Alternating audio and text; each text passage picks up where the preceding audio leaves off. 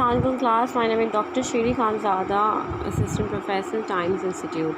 आज मैं आपको इंट्रोडक्शन ऑफ मैनुअल थेरेपी बताने जा रही हूँ कि मैनुअल थेरेपी होती क्या है, इसकी स्कूल ऑफ थॉट्स होती क्या है, आखिर ऐसी क्या ज़रूरत है कि आप लोग मैनुअल थेरेपी पढ़ रहे। इससे पहले सेमेस्टर में आप लोगों ने क्या पढ़ा होगा कि आपकी जो है वो थेरेपेटिक एक्सरसाइज क्या होती है, हम क्यों करते हैं, क्या कहते हैं। वेरी फर्स्ट डे से मैं आप लोगों को बता रही हूँ किसी भी चीज़ की ट्रीटमेंट किस तरीके से होती है, या तो मैनुअली होती है, ठीक है, या इलेक्ट्रोथेरेपी के थ्रू होती है, थेरेपेटिक एक्सरसाइज के थ्रू होती है। आप लोगों को पता है कुछ चीज़ें जो होती हैं वो आप किस तरह से कह रहे होते हैं। एक्सरसाइज आपने अपने पेशेंट को दे दी, आप घर जाएँ तो वो पेशेंट क्या करता है, घर जाके परफॉर्म कर रहा होता है। या कुछ चीज़ें आप इलेक्ट्रोथेरेपी के थ्रू कर रहे होते हैं, कभी आप करंट का यूज़ कर रहे होते हो, हॉट पैक का यूज़ कर रहे होते, कोल्ड पैक। लेकिन थर्ड ऑप्शन आपके पास क्या बचता है, मैनुअल थेरेपी बचता है। मैनुअल थेरेपी में आपको क्या होता है, इंस्टेंट रिजल्ट मिल रहे होते हैं। फॉर एग्ज़ाम्पल एक पेशेंट आपके पास आया, वो कहता है कि रात भर मेरी जो गर्दन है,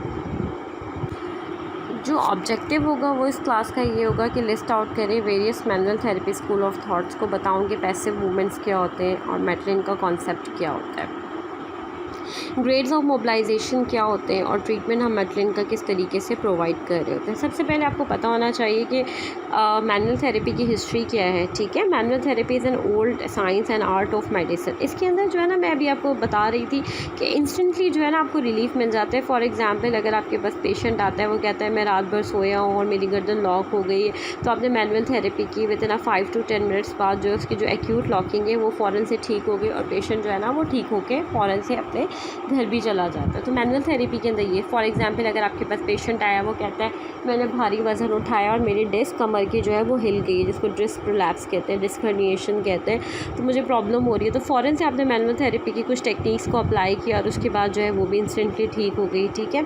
इसके बाद आपके बाद स्टिफनेस हो जाती है, लॉकिंग हो जाती है, जर्क आ जाता है, तो आप इंस्टेंटली जो है ना मैनुअल थेरेपी के ज़रिए जो है उसको जो है ना वो दूर कर देते हैं। इसकी कुछ थ्योरीज़ हैं, कुछ साइंटिस्ट हैं जिन्होंने मैनुअल थेरेपी को इन्वेंट किया, वो कुछ चीज़ों के ऊपर बेस कर रहे हैं, हम वो सारी चीज़ें देखते रहेंगे। 17-18 सेंचुरी के अंदर जो है ना ये जो है ना वजूद में आई मैनुअल थेरेपी। बोन सेटर्स आपने सुना होगा, आज के दौर में भी बैठे हुए versus physician.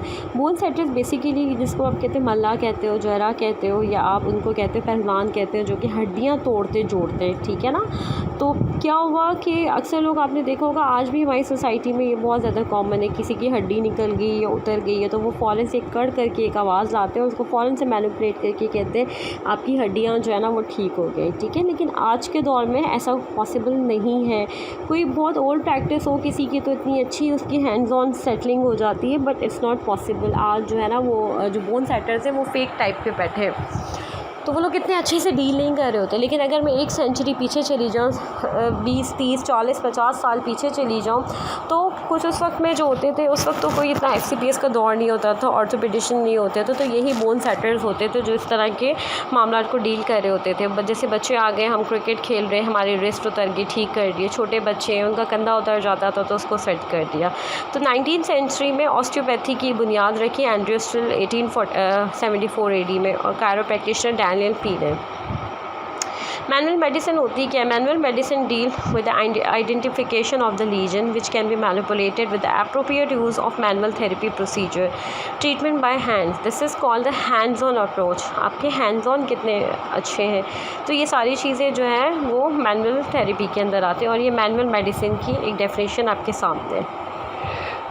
Shift from hands on to hands off क्या होता है भाई? मैनुअल थेरेपी आप दे रहे हो, एक पेशेंट को पेन है बहुत सारे, आपने उसको एजुकेट किया और ट्रीटमेंट किया, और उसके बाद क्या होता है, पेशेंट का पेन जो है वो बहुत हद तक क्या हो जाता है, रिलीफ हो जाता है। तो मैनुअल थेरेपी आप दे रहे होते हो। अच्छा, मैनुअल थेरेपी इटसेल्फ आप नहीं दे सकते ना, मैनुअल थेरेपी के साथ आपको सपोर्टिव थेरेपी भी चाहिए। थोड़ा सा मैं आपको बताती चलूँ, एक पेशेंट है आपके पास आ रहा है, ऑब्वियसली वो बहुत डिप्रेस पेशेंट होगा, तो फिर आपने क्या करना, थोड़ी सी उसकी साइकोथेरेपी भी करनी, थोड़ा सा उसके जो अटेंडेंट है आपने उसको भी थोड़ा सा गाइड करना है, ठीक है। फिर आपने उसके दर्द को भी ट्रीट करना है। जब आप ये सारी चीज़ें फॉलो करेंगे और फिर हैंड्स ऑन आप अप्लाई करेंगे मैनुअल थेरेपी, तो आपका पेशेंट जो है वो बहुत हद तक बेहतर हो जाएगा सारी चीज़ों को अप्लाई करने से। तो कभी भी आप एक तरह की थेरेपी अपने पेशेंट को नहीं देते।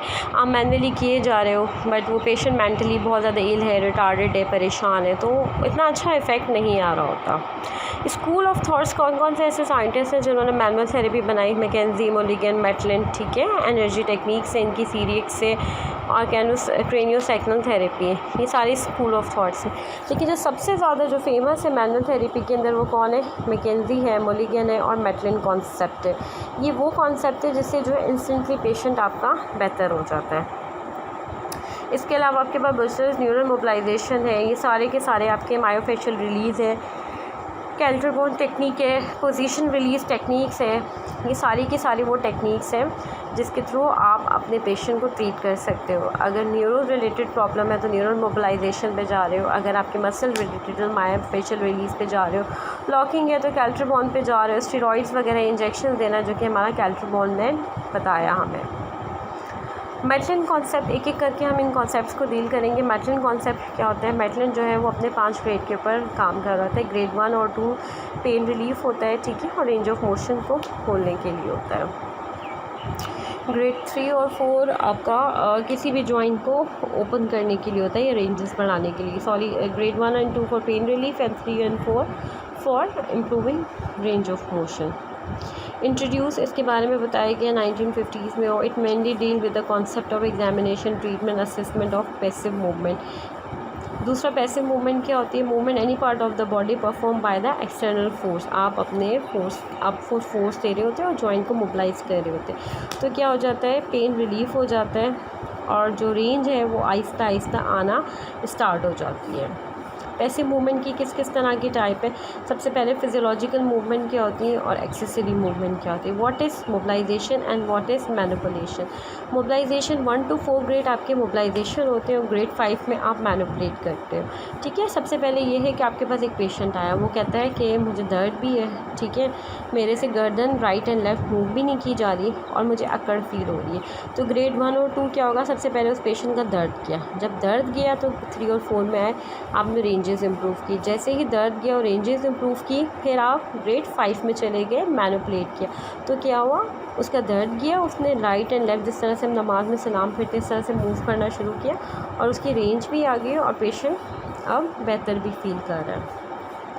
कोर एलिमेंट क्या होते हैं जिसकी बेस पे ये डिपेंड कर रहे होते हैं, ठीक है। पेशेंट सेंटर्ड अप्रोच होनी चाहिए, ब्रेकफुल एनालॉग होने चाहिए। क्या क्या होते हैं वो मैं आपको बताती चलती हूँ। आइडेंटिफाई करें मूवमेंट को कि कौन से डिस्ट्रिक्ट है, और असेसमेंट बहुत इंपॉर्टेंट है। पेशेंट सेंटर्ड अप्रोच क्या होती है कि आपके पास आप पेशेंट को पहले सुने, ठीक है ना। Listening active versus hearing patient, believe the patient, patient जो बता रहा है आपने उसको सुनना है। ये नहीं कि आपके पास पेशेंट आया मुझे दर्द है और आप फ़ौरन से स्टार्ट हो गए, ठीक है। At the same time questioning, आप पूछते रहें, अच्छा इस तरीके से कहाँ दर्द है, कितना दर्द है, क्या हो रहा है और क्या नहीं हो रहा, ये सारी चीज़ें आपने पूछना है। ब्रिक वॉल एनालॉग मॉडल कहते हैं थ्योरेटिकल वर्सेस क्लिनिकल। आपके पास थ्योरेटिकल नॉलेज होगी तो आप क्लिनिकल नॉलेज में जाओगे। आपको पता ही नहीं है कि बैक एक क्या है, नेक एक क्या है, या घुटनों का दर्द क्या है, और आप फ़ौरन से क्या कर रहे हो? क्लिनिकली उसको डील करना शुरू कर दो। तो ऐसा नहीं होता, आपके पास थ्योरेटिकल नॉलेज भी होनी चाहिए और आपको पता होना चाहिए अप्रोप्रिएट कि टू दी पॉइंट कि इस चीज़ का क्या सोल्यूशन है।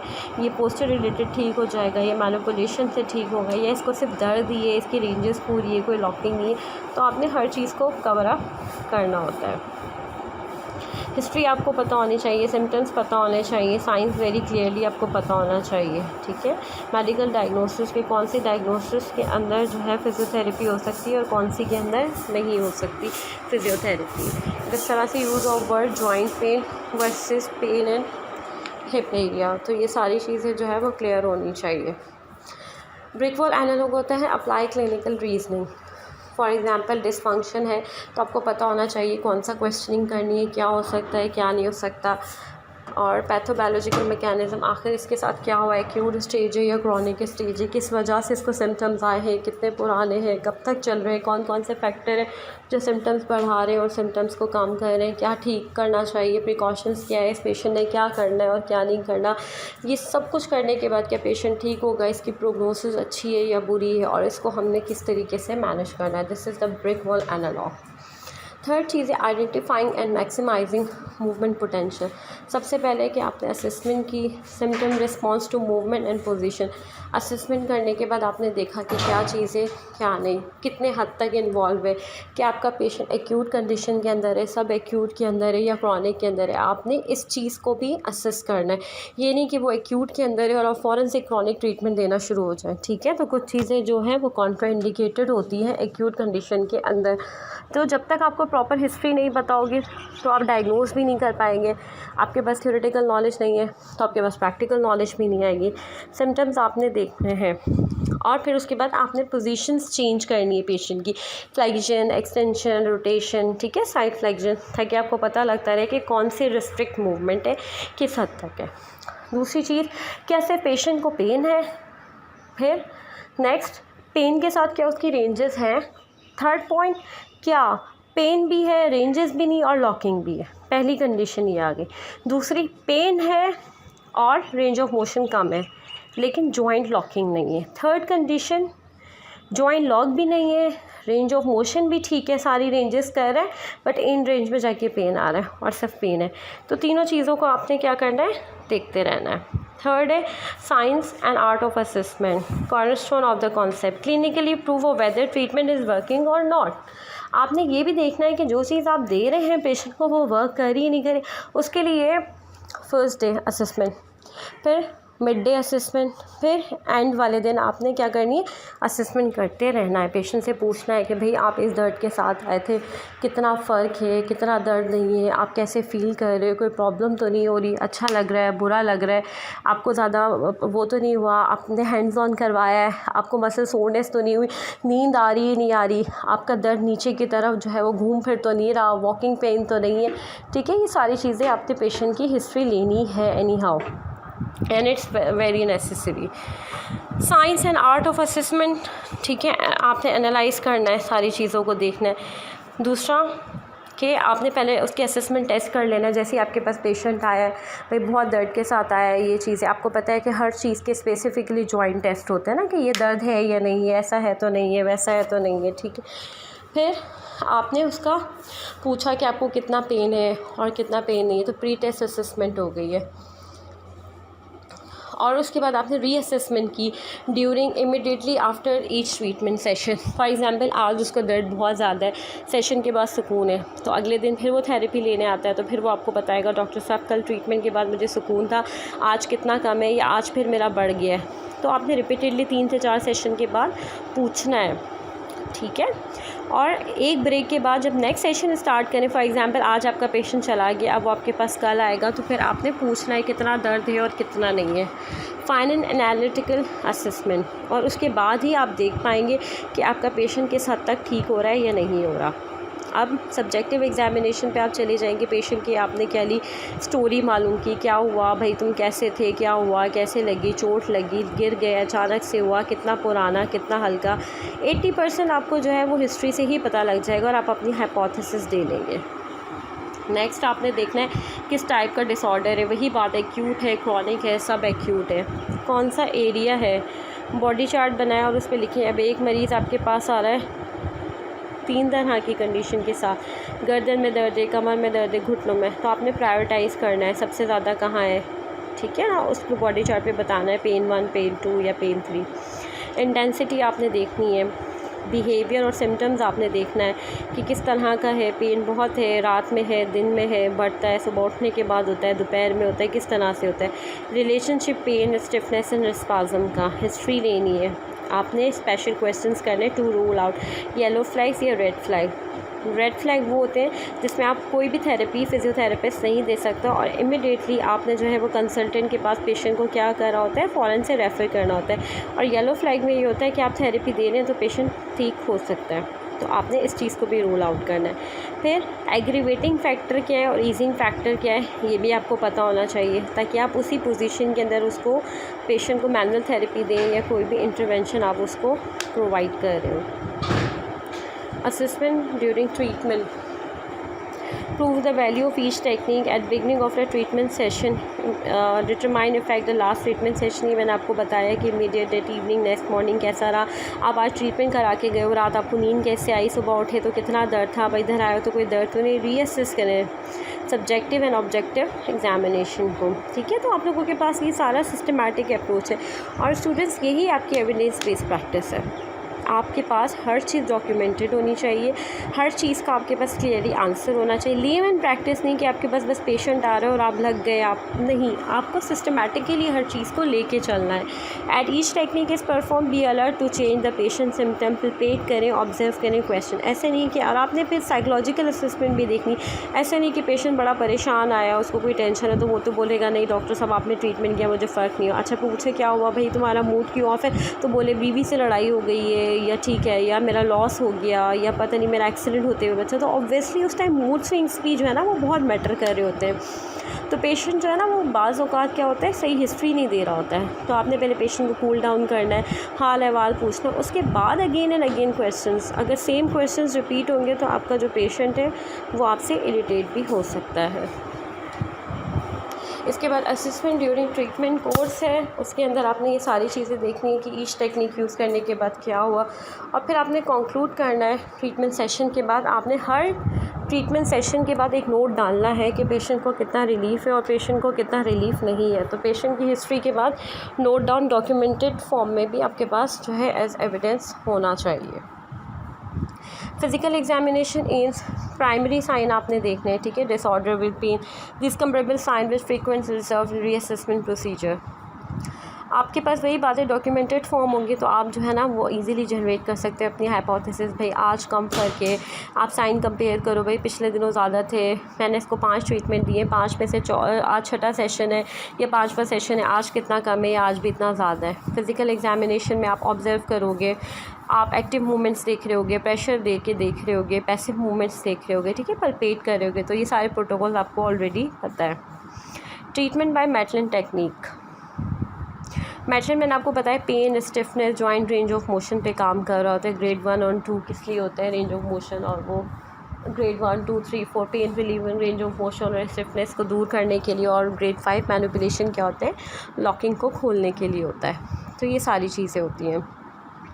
मैटलिन इन चीज़ों पे फॉलो करता है, वो यही कहता है आपके पास जो भी पेशेंट आ रहा है आपने इन चारों चीज़ों को देखना है कि पेन क्या है, स्टिफनेस क्या है, किस हद तक के पेन के साथ क्या स्टिफनेस है, मोमेंट्री पेन मतलब मूवमेंट करवाने पे कोई पेन है या नहीं है, इन सारी चीज़ों को आपने कैटेगराइज़ करना होता है। ठीक है, और जब आप ये सारी चीज़ें प्रैक्टिस करेंगे तो आप लोगों के लिए बहुत आसानी भी होगी। तो मैं बार बार इसीलिए इस चीज़ पे फोकस कर रही होती हूँ कि आपने एविडेंस बेस्ड प्रैक्टिस करनी है, हर चीज़ की डॉक्यूमेंटेड फॉर्म आपके पास होना ज़रूरी है। ये नहीं कि बस आपने जो है ना वो बस बता दिया अपने पेशेंट को कि आज आप बेहतर फील करो, ये नहीं है। अल्टीमेट जब इन दी एंड आपके पास पेशेंट आता है 6 सेशन बाद और वो बोले आपसे आखिर में आके कि डॉक्टर साहब आपके ट्रीटमेंट से तो फ़ायदा नहीं हुआ, जब आपके पास डॉक्यूमेंटेड फॉर्म होगी तो आप दिखा सकेंगे कि देखें पहले जब आप आए थे मेरे पास आपकी कंडीशन क्या थी, फिर जब दोबारा मैंने हिस्ट्री दी तो आपने कैसा महसूस किया, उसके बाद दोबारा हिस्ट्री ली तो आपको कैसा लगा। तो हर चीज़ का जो है ना आपके पास एविडेंस होगा। तो ये एविडेंस बेस्ड प्रैक्टिस भी आपकी साथ साथ चल रही है इन्हीं कंडीशंस के ऊपर, और यही आपकी मैनुअल थेरेपी है। तो this is all about manual therapy lecture. Thank you.